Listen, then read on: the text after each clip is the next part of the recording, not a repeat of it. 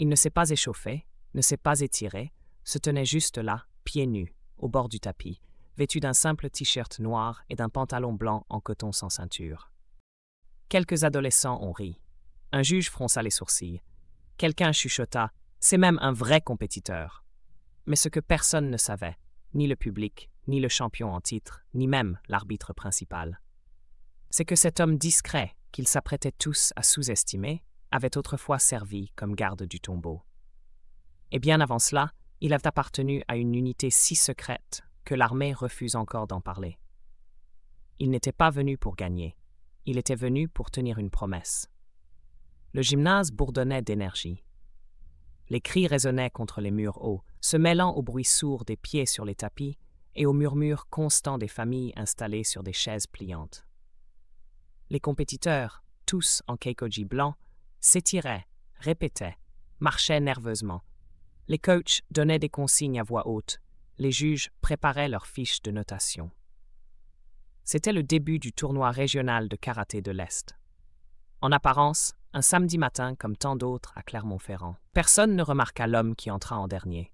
Il marchait calmement, les épaules droites, la posture impeccable. Il portait un t-shirt noir rentré dans un pantalon blanc, sans ceinture, sans écusson, sans affiliation. Il ne dit rien en arrivant à la table d'enregistrement. Il tendit simplement une fiche et une carte d'identité. Le bénévole les scanna sans commentaire. Nom, Julien Moreau, catégorie homme adulte avancé.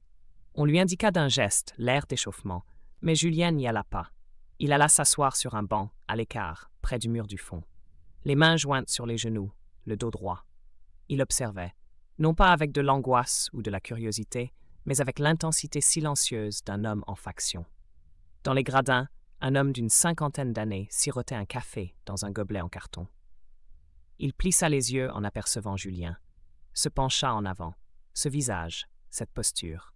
L'année précédente, lors d'un voyage à Paris avec sa famille, il avait visité l'hôtel des Invalides.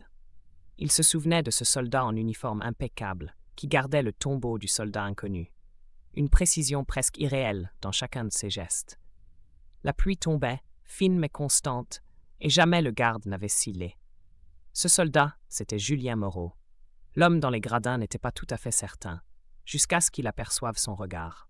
Concentré, calme. Pas comme celui d'un combattant, plutôt comme celui d'un veilleur. Sur le tapis, le tournoi suivait son cours. Les noms étaient appelés, les scores affichés. Certains combattaient avec cœur, d'autres perdaient leurs moyens. Il y avait des acclamations, des rires, de la frustration, de la fierté. Julien, lui, ne bougeait pas. Pas d'étirement, pas d'ombre portée, pas d'échauffement. Il observait en silence les matchs défiler. Aux yeux de la majorité, il semblait être un simple inscrit de dernière minute, un homme ayant oublié sa ceinture, ou qui tentait sa chance. Pour d'autres, il paraissait déplacé, plus âgé que la moyenne, si silencieux qu'il en devenait étrange. Quelques adolescents pointaient du doigt le type dans le coin, sans grade à la taille, en ricanant. Mais Julien ne semblait rien entendre.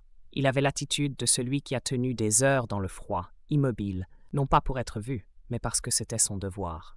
Quand il se leva pour la première fois, personne ne le remarqua. Son nom fut appelé pour son premier combat. Prochain combat, catégorie hommes avancés, Julien Moreau contre Alexis Benchetrit.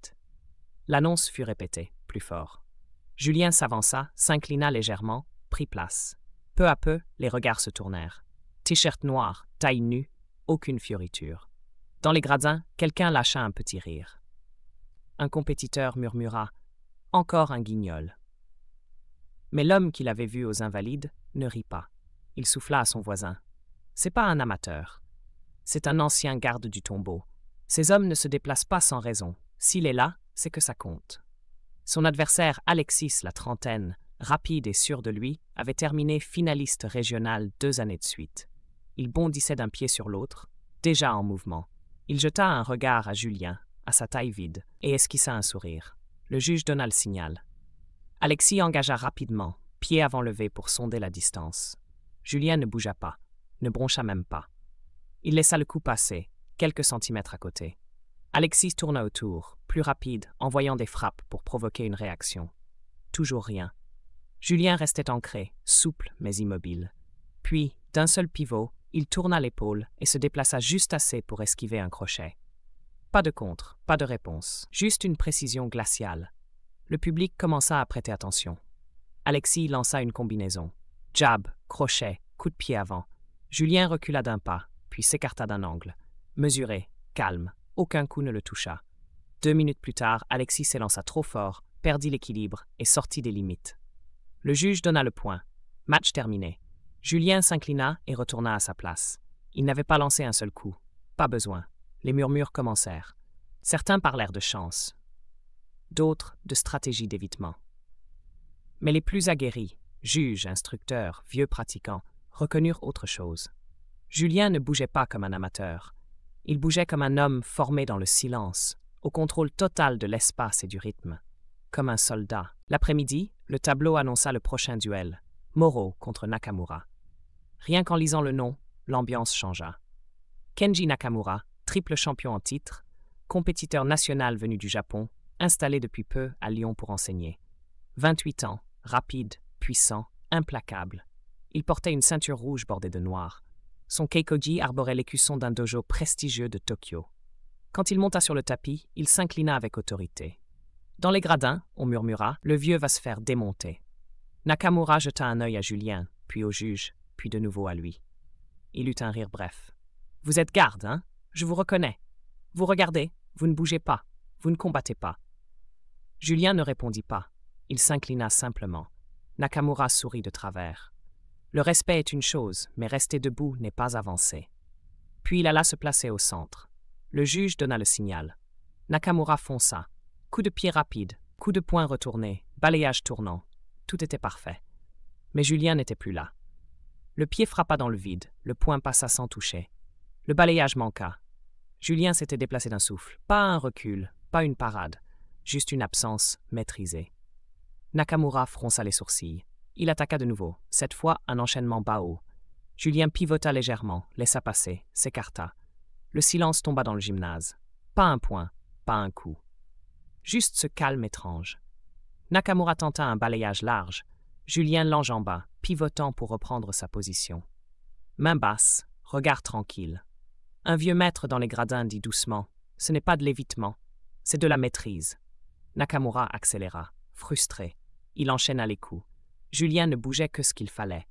Pas une once de trop, pas une seule riposte. Pour les yeux non avertis, cela paraissait passif. Mais pour ceux qui savaient, c'était terrifiant. Chaque combattant a un rythme. Julien ne suivait pas celui de Nakamura. Il le brisait. Nakamura tenta un coup de pied sauté. Julien se pencha, se déplaça, et le coup passa à côté. Nakamura atterrit lourdement, légèrement déséquilibré. Julien s'avança d'un pas, puis d'un autre, puis s'arrêta. Il ne frappa pas, ne leva même pas les mains. Il se tenait là, droit. Le message était clair. Tu as tout donné. Moi, je n'ai pas encore commencé. Le public retenait son souffle. Les juges se penchaient. Un enfant demanda « C'est lui qui gagne ?» Son père ne sut que répondre. Nakamura transpirait. Son souffle était plus court. Son timing fléchissait. Il tenta un coup de coude tournant. Julien pivota à l'intérieur, effleura ses côtes d'un doigt. Un simple contact. Pas une frappe. Juste un avertissement. Tu étais ouvert. J'ai choisi de ne pas frapper. Nakamura recula. Pas par peur, mais par respect. Il murmura « Tu te moques de moi ». Julien ne dit rien. Il restait là. Nakamura tenta un corps à corps, fondit pour une projection. Julien l'accueillit, tourna les épaules et guida son mouvement. Ce n'était pas un lancer, c'était plus subtil. Une redirection.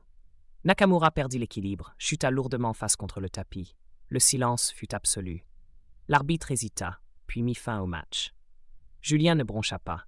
Nakamura s'assit hébété, puis regarda Julien. « Comment » demanda-t-il. Sa voix n'était plus moqueuse. Elle était humble. Julien lui tendit la main. Nakamura la prit, puis il s'inclina. Pas par politesse, par humilité. Julien retourna à son banc. Le coordinateur arriva. « Vous êtes qualifié pour la finale. Une interview? Une photo ?» Julien secoua la tête. « Je ne suis pas venu pour ça. »« Alors pourquoi ?» demanda-t-il. Julien regarda au loin, puis répondit « Pour tenir une promesse. » Bien après la fin du tournoi, après les trophées, après que la foule fut partie, Julien était toujours là. Le coordinateur revint, une médaille et un trophée en main. « Vous avez gagné, par forfait. » Nakamura s'est retiré. Julien regarda les objets. Je n'ai pas besoin de trophée. Alors, pourquoi avoir combattu? Julien hésita. Son regard se perdit un instant, comme s'il retraçait des kilomètres de sable et de silence. Puis il dit, plus doucement, « Il y avait un jeune avec qui j'ai servi. Brillant, respectueux. Il voulait ouvrir un dojo en rentrant de fête. Il rêvait d'enseigner aux enfants, de leur transmettre une autre idée de la force.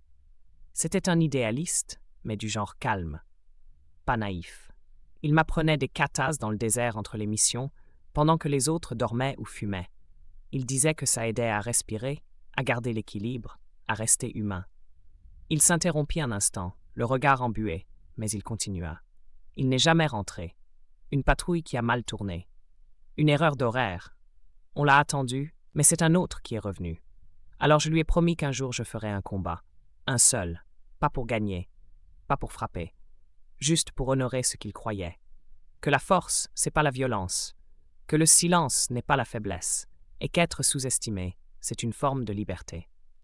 Il y eut un long silence. Personne ne sut trop quoi répondre. On ne pose pas de questions à quelqu'un qui parle avec les yeux de ceux qui ont vu plus que ce qu'ils auraient voulu. Ce jour-là, Julien ne combattit pas. Il salua. Puis il partit. Mais ceux qui avaient entendu ces mots ne les oublièrent pas. Quelques semaines plus tard, un dojo dans les Alpes organisa un séminaire discret en mémoire d'un soldat tombé. Pas d'affiches, pas d'annonces sur Internet, pas de sponsors, juste des élèves en silence. Un drapeau plié au fond de la salle, et un keikogi vide, suspendu comme un souffle suspendu dans le temps, avec 2 noms brodés sur la poitrine, côte à côte, comme s'ils s'étaient toujours entraînés ensemble. Et un homme au fond de la salle. Droit, silencieux, pas en uniforme, pas là pour être vu. Il resta debout pendant toute la cérémonie, sans un mot. Il ne fit pas de discours, ne serra pas de main.